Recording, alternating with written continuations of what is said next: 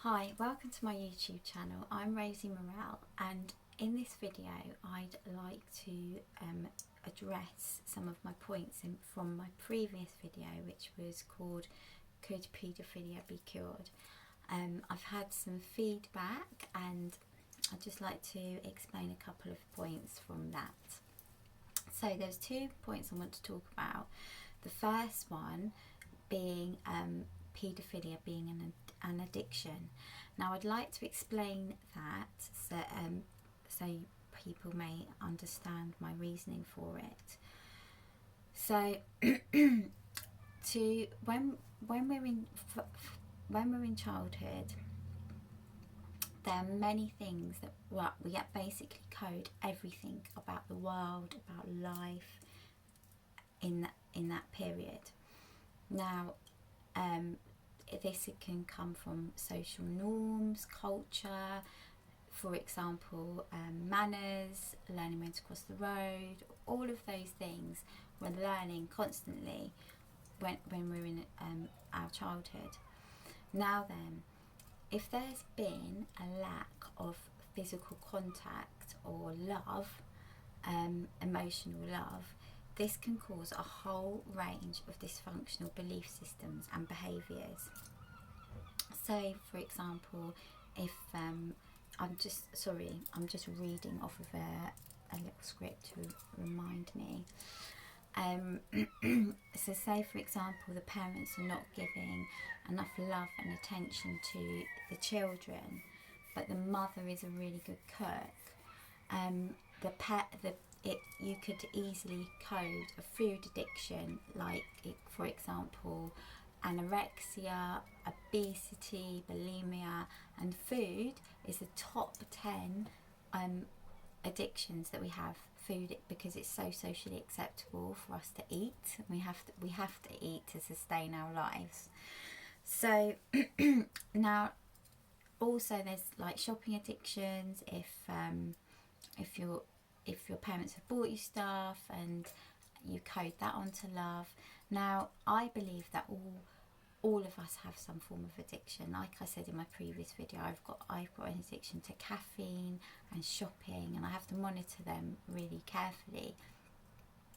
And addictions can form, I believe, through very innocent actions. So, for example, first day of school or nursery, I was sent to a childminder at the age of 1 before I could speak, and I believe that this is where a lot of my issues have come, because I felt very abandoned at that time, and my mum and dad were working, they were running their own business, so it's a very innocent act that's called that because of the way our society and culture is, that can cause problems in later on in life for children.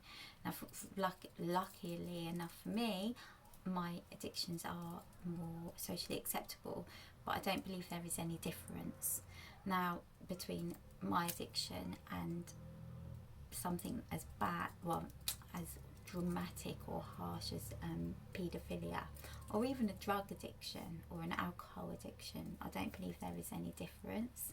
I think they're all from the same issue. Now, let me explain to you. A couple of my clients have this. So as I said before, I work with a lot of different people, and I've worked with paedophiles. Now, a couple of my clients literally have really similar stories where they felt a lack of love and connection with their parents growing up. It was like the parents were just not really emotionally available for them, or dad was working a lot, etc., etc. And they used to both of these clients had a younger sibling, and they used to play in the bath together naked, and used to play together naked actually.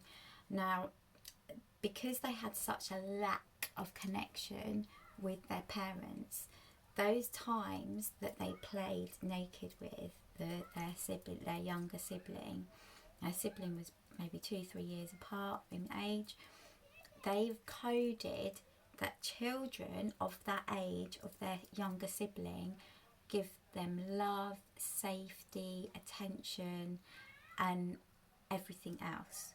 Now, if you think now to enjoy sex, you have to feel safe. So you can see how if you have a real severe lack in your childhood, when you're coding and you're forming everything about the world, and you have something that makes you feel very safe and very looked after, it's easy to see how you can code paedophilia with that. So that's my explanation of how I see paedophilia as a form of addiction. It's like anything else. We all have code everything about the world, and we all have our addictions or our things that we latch onto. It's just obviously most of us, or a lot of us, well, you know, have things that are more socially acceptable. But look at food, like I said earlier. Now, the next thing I wanted to talk about was sexual orientation. So I said in my last video that I believe all people are born pansexual. So let me explain this. Basically, if you observe children, they don't, like young children under the age of 5, they don't have any taboo with touching each other, touching themselves or body parts, everything. They're just exploring the world. They're just like learning, exploring into everything, and that's really normal. And in fact, in the DSM-5, which is the psychology manual for diagnosing dysfunctional behaviour or mental health issues, it says in there that masturbation with children up to the age of 5, like in public, is really common, because they just think, they just find they can feel they're sensitive down there, and they touch themselves, and they're just exploring the world. And it's only the DSM-5 explains that it's after the age of 5 they should stop, because they should have learnt by then it's not socially acceptable to touch yourself or masturbate in public and everything else. So again, socially acceptable, so they're picking up on social cues and culture. Now, also, I've done a lot of research around this. There are scans of babies in the womb, baby boys in the womb, looking as though they're masturbating. So they've got their hand in their crotch area, and they're moving it quite fast, and it's looking like they're touching their penis. Now, we can think what we like of that, but yeah, they do believe that the science is that sexual development starts as young as in the womb, not just at puberty. So,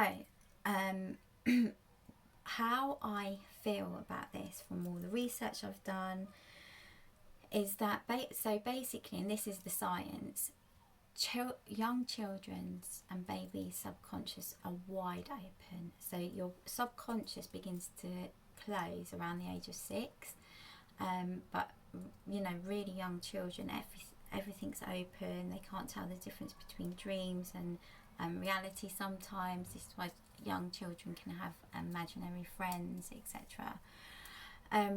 But basically, I believe that if we were in a society where if everyone was pansexual, and it was like it was just like a normal sexual orientation, say for example, if you know, it was just the norm to fall in love with your car, or fall in love with animals, like in a romantic way, fall in love with trees in a romantic way, and it was just like the norm. I believe that basically everyone would be pansexual, and it would just be the done thing. It wouldn't be, we wouldn't even think about being gay or heterosexual, or bisexual. It would just be like everyone has this connection with different things, what what is deep and meaningful for one might be different for another, but it's that deep connection from within. So I believe that your sexual orientation isn't something that is born within you, it is something that is developed within you. So it's not nature, it's nurture. And that is how I believe that with with paedophilia, it can be cured. You can get to the root of the addiction and or the lack of love that would form that form of addiction. That's what I class it as. And then you can also reprogram your sexual orientation as well if you wanted to. And I believe anyone can do that. Heterosexual, homosexual, bisexual, whoever. Anyway, it's food for thought. I hope you have enjoyed watching. My email address and websites will be in the comments section if you want to check out curepaedophilia.com, and my website is Rosie Morale Sex Therapist as well. Thank you for watching. God bless you. Lots of love and namaste.